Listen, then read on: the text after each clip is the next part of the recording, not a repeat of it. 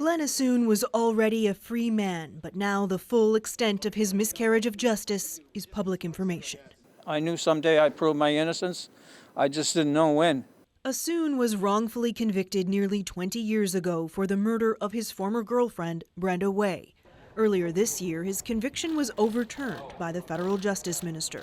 The reasons for that decision were held in sealed documents within these boxes until CBC News, the Canadian Press, and the Halifax Examiner fought to have them released. The documents point to this man, serial killer Michael Wayne McGray, as another suspect. They didn't properly investigate. The people of Nova Scotia and the people of Canada deserve a justice system that they can have some faith in. The information about another possible suspect wasn't disclosed to Assoon's lawyers. An RCMP officer says he brought the information to his superiors and was told he was wasting his time. He told CBC News he was later transferred out of his unit. His digital files deleted. The hard copies have disappeared.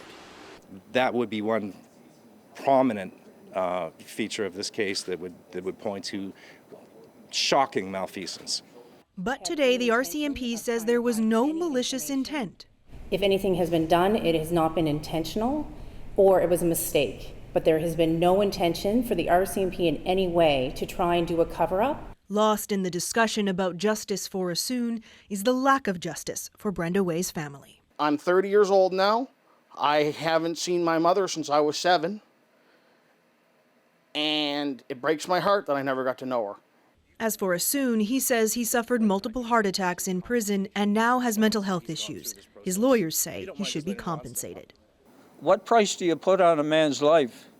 Because in my opinion, there's not enough money to compensate for the injustice that I suffered. Assoon says his goal is to try to enjoy what's left of his life. Kayla Hounsell, CBC News, Halifax.